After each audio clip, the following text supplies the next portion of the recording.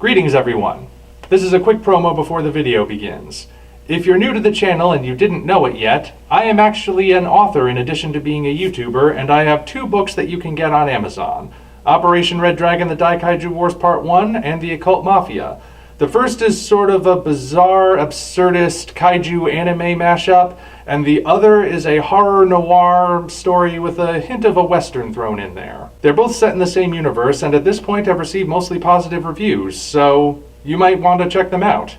I've provided Amazon links for both of them down in the description. They're both available in either paperback or Amazon Kindle, and Operation Red Dragon is also available in audiobook form. So if either of these strike your fancy and you want to support a struggling artist, feel free to go down and check out either one or both of them.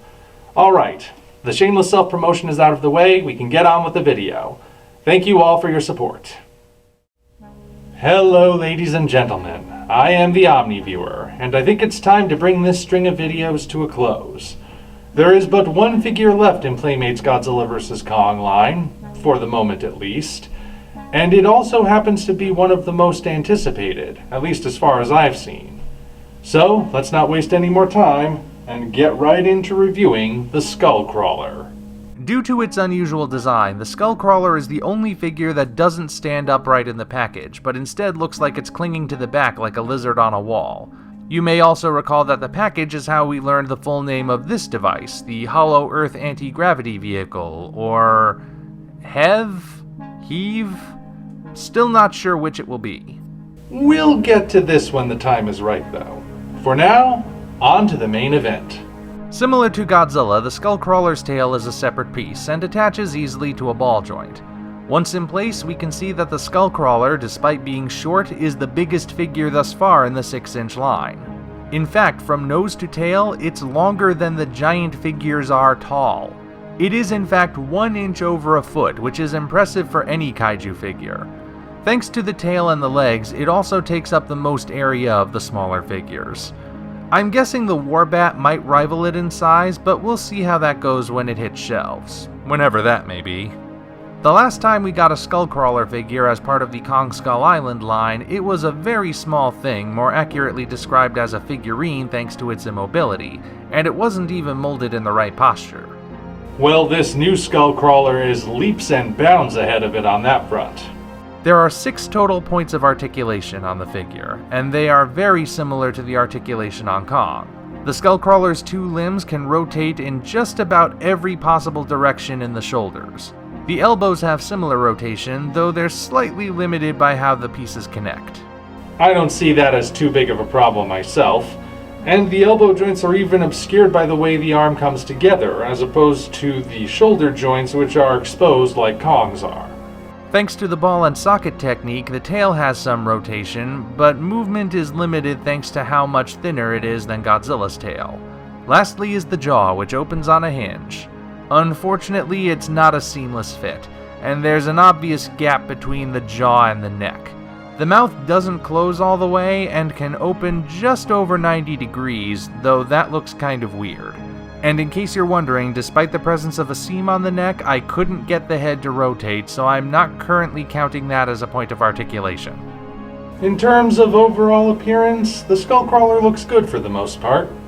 Every inch of the Skullcrawler is detailed, from the inside of its mouth to the bottoms of its feet, and the sculpting looks great overall. Paint is more of a crapshoot. The red running down its back is fairly symmetrical, but there are a few places on this particular figure where it doesn't quite match up, or a stray fleck landed where it shouldn't have. It also doesn't carry over onto the attached tail segment, creating a hard line where it just stops. A more gradual fade before that would have been appreciated. Speaking of which, there is a more gradual fade on the face, where the red and gray slowly give way to the bone white of the beast's signature cranium. It is very different from how the Skullcrawlers appear in Kong Skull Island, but maybe the design has altered between films. The hinge inside the mouth isn't painted to match the tongue, which is unfortunate. Most impressive, though, is that the eyes are once again perfect. They are not in the least bit mismatched, though just as with the previous Godzilla, maybe I lucked out with this one. The biggest flaw with this figure is the battle damage portion. The exposed area on the back reveals a spinal column and rib cage, though there's no paint to differentiate them from the muscles. That's not really my issue though. My issue is that the skin patch doesn't look as good as Godzilla's and Kong's do. I mean, the detail on the skin is as good as the rest of the figure, but the outline is the sticking point. The battle damage parts of Godzilla and Kong have jagged, irregular edges that make them look like genuine wounds, and when the patches are in place, they blend in so cleanly that you almost can't tell they're there. On the Skullcrawler though, the edges are smooth and clean, making it look less like a wound and more like a removable panel from a machine. It attaches easily enough, and it's a smooth fit in the back, but a gap remains up front that simply refuses to close. It is a noticeable issue, but I'm honestly not sure how they could have avoided it. The Skullcrawler's physiognomy is so unusual that finding a place to put battle damage couldn't have been easy. It's just a shame that it had to turn out like this. Despite that though, I do still think the figure looks good overall, even with this glaring issue. This is when I have to remember that just because I'm getting this as a collectible doesn't mean that's what it was designed to be. Now how about that accessory, the Hollow Earth anti-gravity vehicle? This little device is cast in silver-hued rubber, with a little bit of black on the windshield. Overall, the detail on this is pretty good for something so small, until you get to the underside. The vehicle is hollowed out on the bottom, which does break the illusion. Where some of you may see a flaw though, I see an opportunity. After all, it might be possible to place a small magnet in this part and set things up so the vehicle can actually float in a display. Maybe someone in the audience has a few ideas of how that could work. Final verdict? The Skullcrawler is another flawed figure, but I still find myself kinda liking it. The articulation allows for lots of posing possibilities, and overall design and paint is mostly good. Even so, there are issues that can't be denied.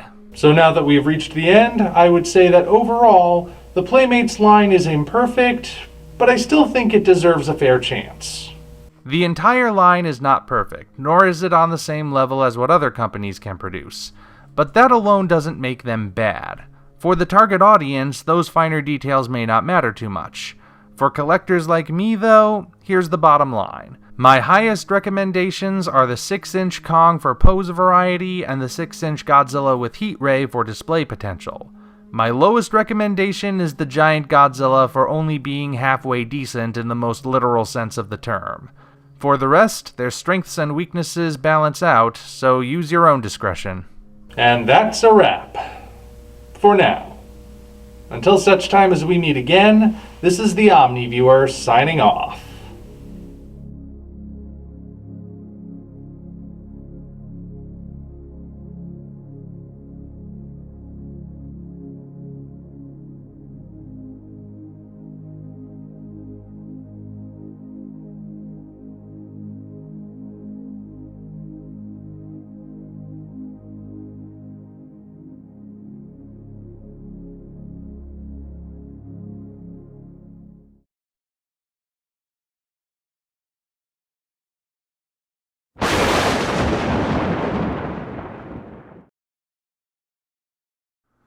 If you enjoyed this video, you know what to do. Like and subscribe, then go down to the description to find links to follow us on DeviantArt, Patreon, and Twitter. While you're there, you'll also find the Amazon links for the original novels Operation Red Dragon, The Daikaiju Wars Part 1, and The Occult Mafia. 2 books I think you'll really enjoy. Thank you all, and we appreciate your support.